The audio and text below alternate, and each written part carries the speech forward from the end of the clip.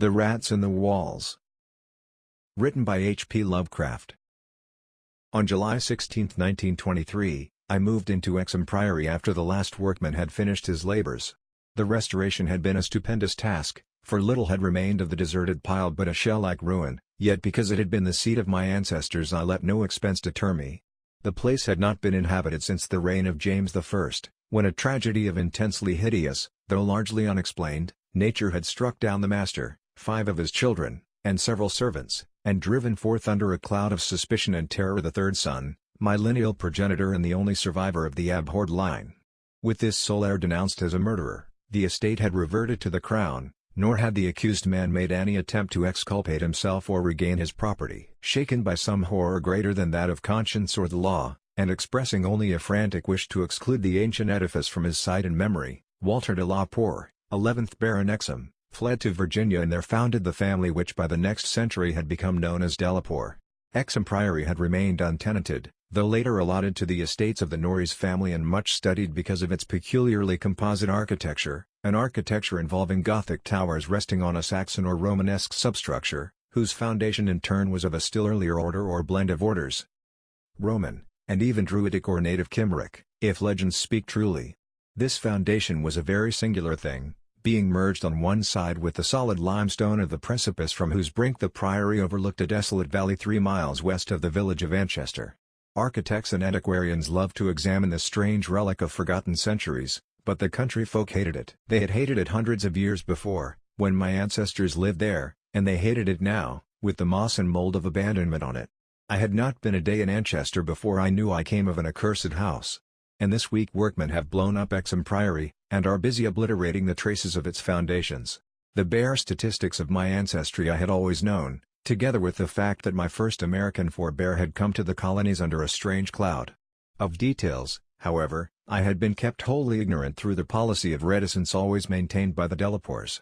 Unlike our planter neighbors, we seldom boasted of crusading ancestors or other medieval and Renaissance heroes, nor was any kind of tradition handed down except what may have been recorded in the sealed envelope left before the Civil War by every squire to his eldest son for posthumous opening. The glories we cherished were those achieved since the migration, the glories of a proud and honorable, if somewhat reserved and unsocial Virginia line. During the war our fortunes were extinguished, and our whole existence changed by the burning of Carfax, our home on the banks of the James. My grandfather, advanced in years, had perished in that incendiary outrage, and with him the envelope that bound us all to the past. I can recall that fire today as I saw it then at the age of 7, with the Federal soldiers shouting, the women screaming, and the Negroes howling and praying. My father was in the army, defending Richmond, and after many formalities my mother and I were passed through the lines to join him. When the war ended we all moved north, whence my mother had come, and I grew to manhood, middle age, and ultimate wealth as a stolid Yankee. Neither my father nor I ever knew what our hereditary envelope had contained, and as I merged into the grayness of Massachusetts business life I lost all interest in the mysteries which evidently lurked far back in my family tree. Had I suspected their nature, how gladly I would have left Exham Priory to its moss, bats, and cobwebs.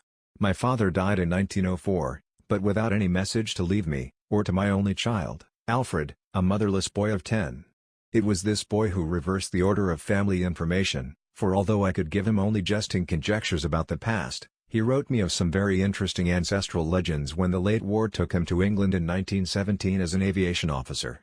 Apparently the Delapoers had a colorful and perhaps sinister history, for a friend of my son's, Captain Edward Norreys of the Royal Flying Corps, dwelt near the family seat at Anchester and related some peasant superstitions which few novelists could equal for wildness and incredibility. Norreys himself, of course, did not take them seriously, but they amused my son and made good material for his letters to me. It was this legendary which definitely turned my attention to my transatlantic heritage, and made me resolve to purchase and restore the family seat which Norreys showed to Alfred in its picturesque desertion, and offered to get for him at a surprisingly reasonable figure, since his own uncle was the present owner. I bought Exham Priory, in 1918, but was almost immediately distracted from my plans of restoration by the return of my son as a maimed invalid. During the 2 years that he lived I thought of nothing but his care, having even placed my business under the direction of partners. In 1921, as I found myself bereaved and aimless, a retired manufacturer no longer young, I resolved to divert my remaining years with my new possession. Visiting Anchester in December, I was entertained by Captain Norreys, a plump, amiable young man who had thought much of my son, and secured his assistance in gathering plans and anecdotes to guide in the coming restoration. Exham Priory itself I saw without emotion, a jumble of tottering medieval ruins covered with lichens and honeycombed with rooks' nests, perched perilously upon a precipice, and denuded of floors or other interior features save the stone walls of the separate towers. As I gradually recovered the image of the edifice as it had been when my ancestor left it over 3 centuries before, I began to hire workmen for the reconstruction. In every case I was forced to go outside the immediate locality, for the Anchester villagers had an almost unbelievable fear and hatred of the place. This sentiment was so great that it was sometimes communicated to the outside laborers, causing numerous desertions, whilst its scope appeared to include both the priory and its ancient family. My son had told me that he was somewhat avoided during his visits because he was a de la poor, and I now found myself subtly ostracized for a like reason until I convinced the peasants how little I knew of my heritage. Even then they sullenly disliked me, so that I had to collect most of the village traditions through the mediation of Norries. What the people could not forgive, perhaps, was that I had come to restore a symbol so abhorrent to them, for, rationally or not, they viewed Exham Priory as nothing less than a haunt of fiends and werewolves. Piecing together the tales which Norries collected for me, and supplementing them with the accounts of several savants who had studied the ruins, I deduced that Exham Priory stood on the site of a prehistoric temple, a druidical or anti-druidical thing which must have been contemporary with Stonehenge. That indescribable rites had been celebrated there, few doubted, and there were unpleasant tales of the transference of these rites into the Cybele worship which the Romans had introduced. Inscriptions still visible in the subcellar bore such unmistakable letters as Div. Obsa. Magna. Mater. the son of the Magna Mater whose dark worship was once vainly forbidden to Roman citizens. Anchester had been the camp of the 3rd Augustan Legion, as many remains attest, and it was said that the Temple of Cybele was splendid and thronged with worshippers who performed nameless ceremonies at the bidding of a Phrygian priest. Tales added that the fall of the old religion did not end the orgies at the temple, but that the priests lived on in the new faith without real change. Likewise was it said that the rites did not vanish with the Roman power, and that certain among the Saxons added to what remained of the temple, and gave it the essential outline it subsequently preserved, making it the center of a cult feared through half the Heptarchy. About 1000 AD. The place is mentioned in a chronicle as being a substantial stone priory housing a strange and powerful monastic order and surrounded by extensive gardens which needed no walls to exclude a frightened populace. It was never destroyed by the Danes, though after the Norman conquest it must have declined tremendously, since there was no impediment when Henry III granted the site to my ancestor, Gilbert de la Poer, 1st Baron Exham, in 1261. Of my family before this date there is no evil report, but something strange must have happened then. In one chronicle there is a reference to a de la Poer as cursed of God in 1307, whilst village legendary had nothing but evil and frantic fear to tell of the castle that went up on the foundations of the old temple and priory. The fireside tales were of the most grisly description, all the ghastlier because of their frightened reticence and cloudy evasiveness. They represented my ancestors as a race of hereditary demons beside whom Gilles de Retz and the Marquis de Sade would seem the veriest tyros, and hinted whisperingly at their responsibility for the occasional disappearance of villagers through several generations. The worst characters, apparently, were the barons and their direct heirs, at least, most was whispered about these. If of healthier inclinations, it was said, an heir would early and mysteriously die, to make way for another more typical scion.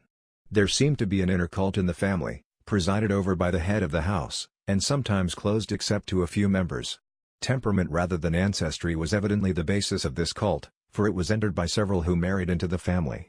Lady Margaret Trevor from Cornwall, wife of Godfrey, the second son of the 5th Baron, became a favourite bane of children all over the countryside, and the demon heroine of a particularly horrible old ballad not yet extinct near the Welsh border. Preserved in balladry, too, though not illustrating the same point, is the hideous tale of Lady Mary de la Poer, who shortly after her marriage to the Earl of Shrewsfield was killed by him and his mother, both of the slayers being absolved and blessed by the priest to whom they confessed what they dared not repeat to the world. These myths and ballads, typical as they were of crude superstition, repelled me greatly. Their persistence, and their application to so long a line of my ancestors, were especially annoying, whilst the imputations of monstrous habits proved unpleasantly reminiscent of the one known scandal of my immediate forebears. The case of my cousin, young Randolph Delapoer of Carfax, who went among the Negroes and became a voodoo priest after he returned from the Mexican War. I was much less disturbed by the vaguer tales of wails and howlings in the barren, wind-swept valley beneath the limestone cliff, of the graveyard stenches after the spring rains, of the floundering, squealing white thing on which Sir John Clave's horse had trod one night in a lonely field, and of the servant who had gone mad at what he saw in the priory in the full light of day. These things were hackneyed spectral lore, and I was at that time a pronounced skeptic. The accounts of vanished peasants were less to be dismissed, though not especially significant in view of medieval custom. Prying curiosity meant death, and more than one severed head had been publicly shown on the bastions, now effaced. Around Exham Priory, a few of the tales were exceedingly picturesque, and made me wish I had learned more of comparative mythology in my youth. There was, for instance, the belief that a legion of bat-winged devils kept witches' Sabbath each night at the priory, a legion whose sustenance might explain the disproportionate abundance of coarse vegetables harvested in the vast gardens. And, most vivid of all, there was the dramatic epic of the rats, the scampering army of obscene vermin which had burst forth from the castle 3 months after the tragedy that doomed it to desertion.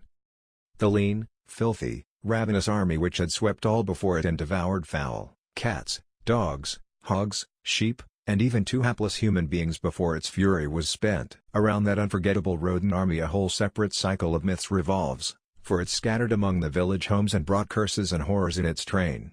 Such was the lore that assailed me as I pushed to completion, with an elderly obstinacy, the work of restoring my ancestral home. It must not be imagined for a moment that these tales formed my principal psychological environment. On the other hand, I was constantly praised and encouraged by Captain Norreys and the antiquarians who surrounded and aided me. When the task was done, over 2 years after its commencement, I viewed the great rooms, wainscoted walls, vaulted ceilings, mullioned windows, and broad staircases with a pride which fully compensated for the prodigious expense of the restoration. Every attribute of the Middle Ages was cunningly reproduced, and the new parts blended perfectly with the original walls and foundations. The seat of my fathers was complete, and I looked forward to redeeming at last the local fame of the line which ended in me. I would reside here permanently, and prove that TheEternalBard, for I had adopted again the original spelling of the name, need not be a fiend. My comfort was perhaps augmented by the fact that, although Exham Priory was medievally fitted, its interior was in truth wholly new and free from old vermin and old ghosts alike. As I have said, I moved in on July 16, 1923. My household consisted of 7 servants and 9 cats, of which latter species I am particularly fond. My eldest cat, Nigger Man, was 7 years old and had come with me from my home in Bolton, Massachusetts. The others I had accumulated whilst living with Captain Norreys' family during the restoration of the priory. For 5 days our routine proceeded with the utmost placidity, my time being spent mostly in the codification of old family data. I had now obtained some very circumstantial accounts of the final tragedy and flight of Walter de la Poer, which I conceived to be the probable contents of the hereditary paper lost in the fire at Carfax. It appeared that my ancestor was accused with much reason of having killed all the other members of his household, except 4 servant confederates, in their sleep, about 2 weeks after a shocking discovery which changed his whole demeanor, but which, except by implication, he disclosed to no one save perhaps the servants who assisted him and afterward fled beyond reach. This deliberate slaughter, which included a father, 3 brothers, and 2 sisters, was largely condoned by the villagers, and so slackly treated by the law that its perpetrator escaped honored, unharmed, and undisguised to Virginia, the general whispered sentiment being that he had purged the land of an immemorial curse. What discovery had prompted an act so terrible, I could scarcely even conjecture. Walter de la Poer must have known for years the sinister tales about his family, so that this material could have given him no fresh impulse. Had he, then, witnessed some appalling ancient rite, or stumbled upon some frightful and revealing symbol in the priory or its vicinity? He was reputed to have been a shy, gentle youth in England. In Virginia he seemed not so much hard or bitter as harassed and apprehensive. He was spoken of in the diary of another gentleman adventurer, Francis Harley of Bellevue, as a man of unexampled justice, honor, and delicacy. On July 22 occurred the first incident which, though lightly dismissed at the time, takes on a preternatural significance in relation to later events. It was so simple as to be almost negligible, and could not possibly have been noticed under the circumstances, for it must be recalled that since I was in a building practically fresh and new except for the walls, and surrounded by a well-balanced staff of servitors, apprehension would have been absurd despite the locality. What I afterward remembered is merely this: that my old black cat, whose moods I know so well, was undoubtedly alert and anxious to an extent wholly out of keeping with his natural character. He roved from room to room, restless and disturbed, and sniffed constantly about the walls which formed part of the old Gothic structure. I realize how trite this sounds.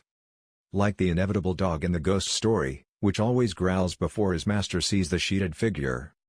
Yet I cannot consistently suppress it. The following day a servant complained of restlessness among all the cats in the house. He came to me in my study, a lofty west room on the second story, with groined arches, black oak paneling, and a triple Gothic window overlooking the limestone cliff and desolate valley, and even as he spoke I saw the jetty form of Nigger Man creeping along the west wall and scratching at the new panels which overlaid the ancient stone.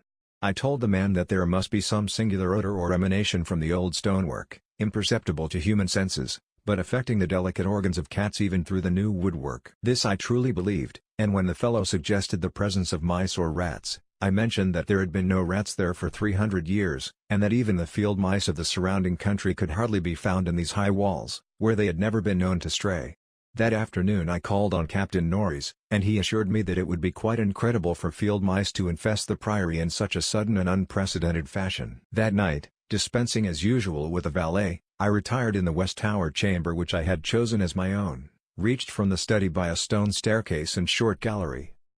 The former partly ancient, the latter entirely restored.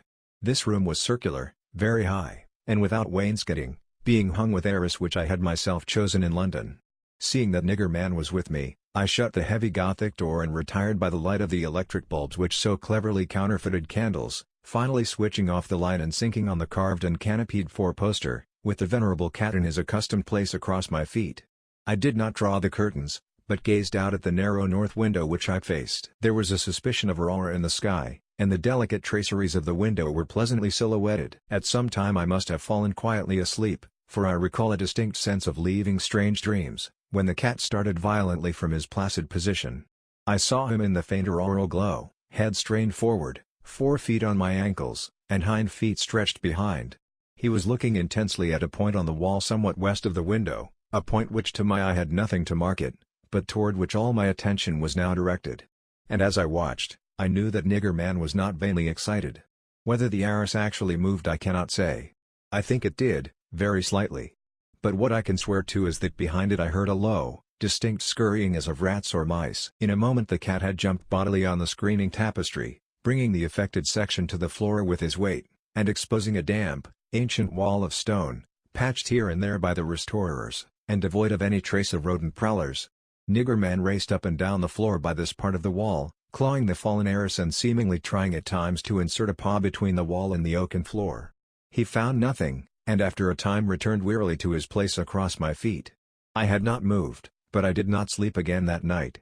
In the morning I questioned all the servants, and found that none of them had noticed anything unusual, save that the cook remembered the actions of a cat which had rested on her windowsill. This cat had howled at some unknown hour of the night, awaking the cook in time for her to see him dart purposefully out of the open door down the stairs. I drowsed away the noontime, and in the afternoon called again on Captain Norris, who became exceedingly interested in what I told him.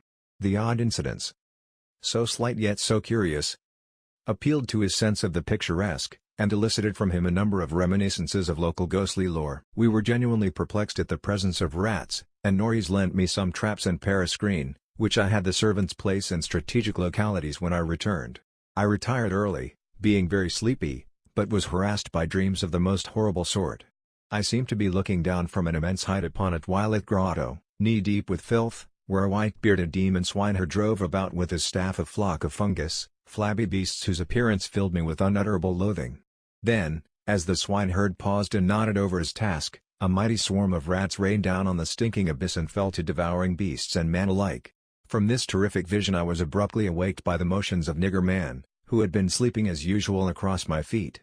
This time I did not have to question the source of his snarls and hisses, and of the fear which made him sink his claws into my ankle, unconscious of their effect, for on every side of the chamber the walls were alive with nauseous sound. The verminous slithering of ravenous, gigantic rats.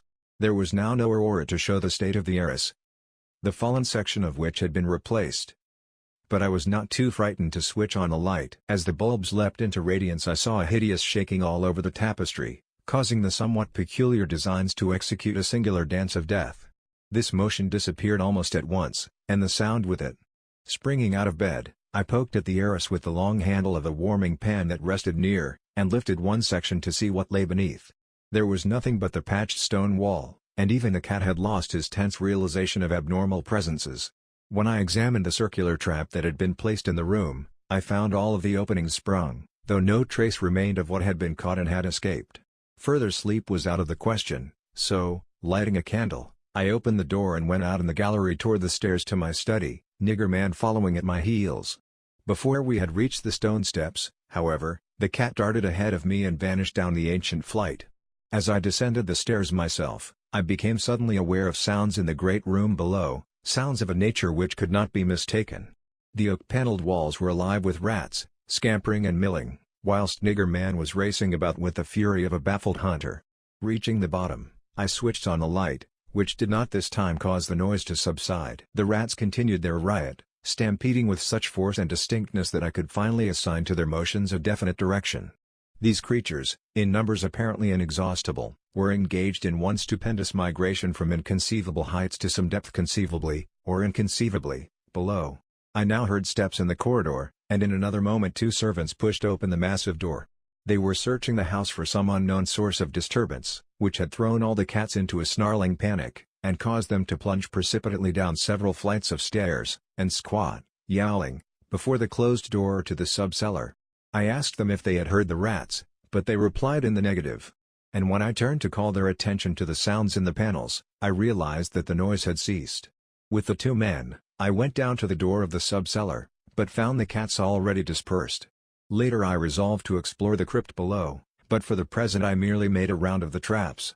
All were sprung, yet all were tenantless. Satisfying myself that no one had heard the rats save the felines and me, I sat in my study till morning, thinking profoundly, and recalling every scrap of legend I had unearthed concerning the building I inhabited.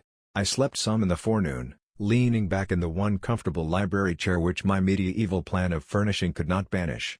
Later I telephoned to Captain Norris, who came over and helped me explore the sub-cellar. Absolutely nothing untoward was found, although we could not repress a thrill at the knowledge that this vault was built by Roman hands. Every low arch and massive pillar was Roman. Not the debased Romanesque of the bungling Saxons, but the severe and harmonious classicism of the age of the Caesars. Indeed, the walls abounded with inscriptions familiar to the antiquarians who had repeatedly explored the place. Things like Gitae. Prop. Temp. Dona. and Praetor. Us. Pontifi. Atais. The reference to Attis made me shiver, for I had read Catullus and knew something of the hideous rites of the Eastern god, whose worship was so mixed with that of Sybil Lee. Norris and I, by the light of lanterns, tried to interpret the odd and nearly effaced designs on certain irregularly rectangular blocks of stone generally held to be altars, but could make nothing of them. We remembered that one pattern, a sort of rayed sun, was held by students to imply a non-Roman origin, suggesting that these altars had merely been adopted by the Roman priests from some older and perhaps aboriginal temple on the same site. On one of these blocks were some brown stains which made me wonder. The largest, in the center of the room, had certain features on the upper surface which indicated its connection with fire. Probably burnt offerings. Such were the sights in that crypt before whose door the cats had howled, and where Norris and I now determined to pass the night. Couches were brought down by the servants, who were told not to mind any nocturnal actions of the cats, and Nigger Man was admitted as much for help as for companionship. We decided to keep the great oak door, a modern replica with slits for ventilation, tightly closed, and, with this attended to, we retired with lanterns still burning to await whatever might occur. The vault was very deep in the foundations of the priory, and undoubtedly far down on the face of the beetling limestone cliff overlooking the waste valley. That it had been the goal of the scuffling and unexplainable rats I could not doubt, though why, I could not tell. As we lay there expectantly, I found my vigil occasionally mixed with half-formed dreams from which the uneasy motions of the cat across my feet would rouse me. These dreams were not wholesome, but horribly like the one I had had the night before. I saw again the Twilit Grotto, and the swineherd with his unmentionable fungus beast swallowing in filth, and as I looked at these things they seemed nearer and more distinct. So distinct that I could almost observe their features. Then I did observe the flabby features of one of them, and awaked with such a scream that Nigger Man started up, whilst Captain Norris, who had not slept, laughed considerably. Norris might have laughed more, or perhaps less, had he known what it was that made me scream. But I did not remember myself till later. Ultimate horror often paralyzes memory in a merciful way. Norris waked me when the phenomena began. Out of the same frightful dream I was called by his gentle shaking and his urging to listen to the cats. Indeed, there was much to listen to, for beyond the closed door at the head of the stone steps was a veritable nightmare of feline yelling and clawing, whilst Nigger Man, unmindful of his kindred outside, was running excitedly around the bare stone walls, in which I heard the same babel of scurrying rats that had troubled me the night before. An acute terror now rose within me, for here were anomalies which nothing normal could well explain. These rats, if not the creatures of a madness which I shared with the cats alone, must be burrowing and sliding in Roman walls I had thought to be of solid limestone blocks. Unless perhaps the action of water through more than 17 centuries had eaten winding tunnels which rodent bodies had worn clear and ample. But even so, the spectral horror was no less, for if these were living vermin, why did not Norris hear their disgusting commotion? Why did he urge me to watch Nigger Man and listen to the cats outside, and why did he guess wildly and vaguely at what could have aroused them? By the time I had managed to tell him, as rationally as I could, what I thought I was hearing, my ears gave me the last fading impression of the scurrying, which had retreated still downward, far underneath this deepest of sub-cellars till it seemed as if the whole cliff below were riddled with questing rats.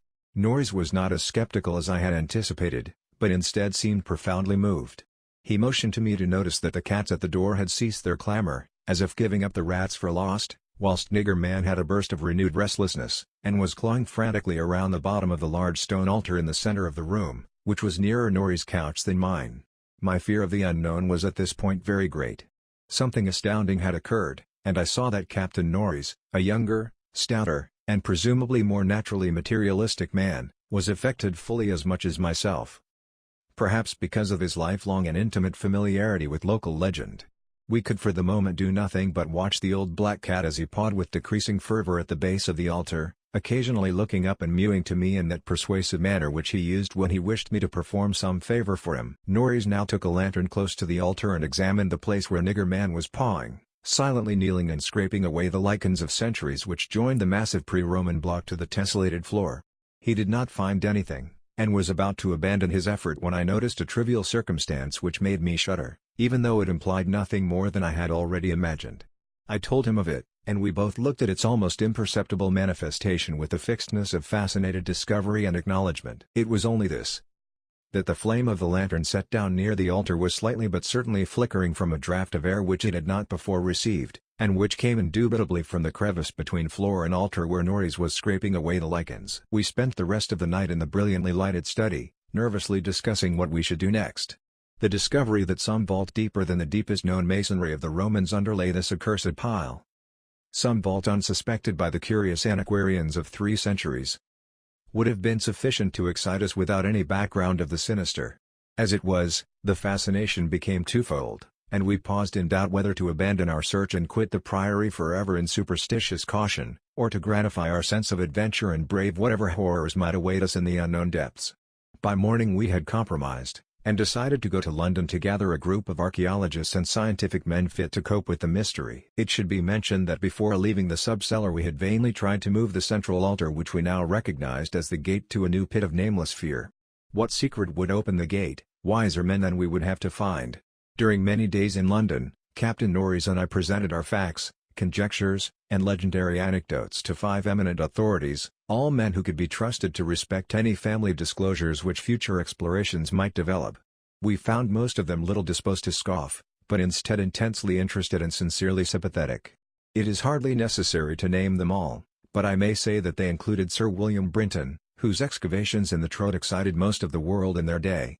As we all took the train for Manchester I felt myself poised on the brink of frightful revelations, a sensation symbolized by the air of mourning among the many Americans at the unexpected death of the President on the other side of the world. On the evening of August 7 we reached Exham Priory, where the servants assured me that nothing unusual had occurred. The cats, even old Nigger Man, had been perfectly placid, and not a trap in the house had been sprung. We were to begin exploring on the following day, awaiting which I assigned well-appointed rooms to all my guests. I myself retired in my own tower chamber, with Nigger Man across my feet. Sleep came quickly, but hideous dreams assailed me. There was a vision of a Roman feast like that of Trimalchio, with a horror in a covered platter. Then came that damnable, recurrent thing about the swineherd and his filthy drove in the toilet grotto. Yet when I awoke it was full daylight, with normal sounds in the house below. The rats, living or spectral, had not troubled me, and Nigger Man was quietly asleep. On going down, I found that the same tranquility had prevailed elsewhere, a condition which one of the assembled savants a fellow named Thornton, devoted to the psychic.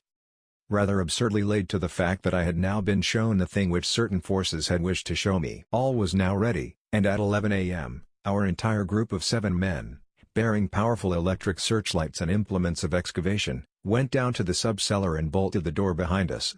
Niggerman was with us, for the investigators found no occasion to despise his excitability, and were indeed anxious that he be present in case of obscure rodent manifestations. We noted the Roman inscriptions and unknown altar designs only briefly, for 3 of the savants had already seen them, and all knew their characteristics. Prime attention was paid to the momentous central altar, and within an hour Sir William Brinton had caused it to tilt backward, balanced by some unknown species of counterweight. There now lay revealed such a horror as would have overwhelmed us had we not been prepared. Through a nearly square opening in the tiled floor, sprawling on a flight of stone steps so prodigiously worn that it was little more than an inclined plane at the center, was a ghastly array of human or semi-human bones. Those which retained their collocation as skeletons showed attitudes of panic fear, and overall wore the marks of rodent gnawing. The skulls denoted nothing short of utter idiocy, cretinism, or primitive semi-apedom. Above the hellishly littered steps arched a descending passage seemingly chiseled from the solid rock, and conducting a current of air. This current was not a sudden and noxious rush as from a closed vault, but a cool breeze with something of freshness in it. We did not pause long, but shiveringly began to clear a passage down the steps. It was then that Sir William, examining the hewn walls, made the odd observation that the passage, according to the direction of the strokes, must have been chiseled from beneath. I must be very deliberate now, and choose my words. After plowing down a few steps amidst the gnawed bones we saw that there was light ahead, not any mystic phosphorescence, but a filtered daylight which could not come except from unknown fissures in the cliff that overlooked the waste valley. That such fissures had escaped notice from outside was hardly remarkable, for not only is the valley wholly uninhabited, but the cliff is so high and beetling that only an aeronaut could study its face in detail. A few steps more, and our breaths were literally snatched from us by what we saw, so literally that Thornton, the psychic investigator, actually fainted in the arms of the dazed man who stood behind him. Norris, his plump face utterly white and flabby, simply cried out inarticulately, whilst I think that what I did was to gasp or hiss, and cover my eyes. The man behind me, the only one of the party older than I, croaked the hackneyed, "My God!" in the most cracked voice I ever heard. Of 7 cultivated men, only Sir William Brinton retained his composure, a thing more to his credit because he led the party and must have seen the sight first. It was a twilight grotto of enormous height, stretching away farther than any I could see, a subterraneous world of limitless mystery and horrible suggestion. There were buildings and other architectural remains. In one terrified glance I saw a weird pattern of tumuli, a savage circle of monoliths, a low-domed Roman ruin, a sprawling Saxon pile, and an early English edifice of wood. But all these were dwarfed by the ghoulish spectacle presented by the general surface of the ground. For yards about the steps extended an insane tangle of human bones, or bones at least as human as those on the steps. Like a foamy sea they stretched, some fallen apart, but others wholly or partly articulated as skeletons, these latter invariably in postures of demoniac frenzy, either fighting off some menace or clutching other forms with cannibal intent. When Dr. Trask, the anthropologist, stooped to classify the skulls, he found a degraded mixture which utterly baffled him. They were mostly lower than the Piltdown man in the scale of evolution, but in every case definitely human. Many were of higher grade, and a very few were the skulls of supremely and sensitively developed types. All the bones were gnawed, mostly by rats, but somewhat by others of the half-human drove. Mixed with them were many tiny bones of rats, fallen members of the lethal army which closed the ancient epic. I wonder that any man among us lived and kept his sanity through that hideous day of discovery. Not Hoffman or Haussmann's could conceive a scene more wildly incredible, more frenetically repellent, or more gothically grotesque than the twilight grotto through which we 7 staggered, each stumbling on revelation after revelation, and trying to keep for the nonce from thinking of the events which must have taken place there 300 years, or 1,000, or 2,000, or 10,000 years ago. It was the antechamber of hell, and poor Thornton fainted again when Trask told him that some of the skeleton things must have descended as quadrupeds through the last 20 or more generations. Horror piled on horror as we began to interpret the architectural remains. The quadruped things, with their occasional recruits from the biped class, had been kept in stone pens, out of which they must have broken in their last delirium of hunger or rat fear. There had been great herds of them, evidently fattened on the coarse vegetables whose remains could be found as a sort of poisonous ensilage at the bottom of huge stone bins older than Rome. I knew now why my ancestors had had such excessive gardens. Would to heaven I could forget. The purpose of the herds I did not have to ask. Sir William, standing with his searchlight in the Roman ruin, translated aloud the most shocking ritual I have ever known, and told of the diet of the antediluvian cult which the priests of Cybele found and mingled with their own. Norris, used as he was to the trenches, could not walk straight when he came out of the English building. It was a butcher shop and kitchen. He had expected that. But it was too much to see familiar English implements in such a place, and to read familiar English graffiti there, some as recent as 1610. I could not go in that building. That building whose demon activities were stopped only by the dagger of my ancestor Walter de la Poer. What I did venture to enter was the low Saxon building, whose oaken door had fallen, and there I found a terrible row of 10 stone cells with rusty bars. 3 had tenants, all skeletons of high grade, and on the bony forefinger of one I found a seal ring with my own coat of arms. Sir William found a vault with far older cells below the Roman chapel, but these cells were empty. Below them was a low crypt with cases of formally arranged bones, some of them bearing terrible parallel inscriptions carved in Latin, Greek, and the tongue of Phrygia. Meanwhile, Dr. Trask had opened one of the prehistoric tumuli, and brought to light skulls which were slightly more human than a gorilla's, and which bore indescribable ideographic carvings. Through all this horror my cat stalked unperturbed. Once I saw him monstrously perched atop a mountain of bones, and wondered at the secrets that might lie behind his yellow eyes. Having grasped to some slight degree the frightful revelations of this toilette area, an area so hideously foreshadowed by my recurrent dream, we turned to that apparently boundless depth of midnight cavern where no ray of light from the cliff could penetrate. We shall never know what sightless Stygian worlds yawn beyond the little distance we went, for it was decided that such secrets are not good for mankind. But there was plenty to engross us close at hand, for we had not gone far before the searchlight showed that accursed infinity of pits in which the rats had feasted, and whose sudden lack of replenishment had driven the ravenous rodent army first to turn on the living herds of starving things, and then to burst forth from the priory in that historic orgy of devastation which the peasants will never forget. God! Those carrion black pits of sod, picked bones and open skulls. Those nightmare chasms choked with the pithy anthropoid, Celtic, Roman, and English bones of countless unhallowed centuries. Some of them were full, and none can say how deep they had once been. Others were still bottomless to our searchlights, and peopled by unnameable fancies. What, I thought, of the hapless rats that stumbled into such traps amidst the blackness of their quests in this grisly Tartarus? Once my foot slipped near a horribly yawning brink, and I had a moment of ecstatic fear. I must have been musing a long time, for I could not see any of the party but the plump Captain Norris. Then there came a sound from that inky, boundless, farther distance that I thought I knew, and I saw my old black cat dart past me like a winged Egyptian god, straight into the illimitable gulf of the unknown. But I was not far behind, for there was no doubt after another second. It was the eldritch scurrying of those fiend-born rats, always questing for new horrors, and determined to lead me on even unto those grinning caverns of earth's center where Nyarlathotep, the mad faceless god, howls blindly to the piping of 2 amorphous idiot flute players. My searchlight expired, but still I ran. I heard voices, and yowls, and echoes, but above all there gently rose that impious, insidious scurrying, gently rising, as a stiff bloated corpse gently rises above an oily river that flows under endless onyx bridges to a black, putrid sea. Something bumped into me. Something soft and plump. It must have been the rats, the viscous, gelatinous, ravenous army that feast on the dead and the living. Why shouldn't rats eat a Delapour, as a Delapour eats forbidden things? The war ate my boy, damn them all. And the Yanks ate Carfax with flames and burnt grandsire Delapour in the secret. No, I tell you, I am not that demon swineherd in the toilet grotto. It was not Edward Norrie's fat face on that flabby, fungus thing. Who says I am a Delapour? He lived, but my boy died. Shall Norries hold the lands of a Delapour? It's voodoo, I tell you.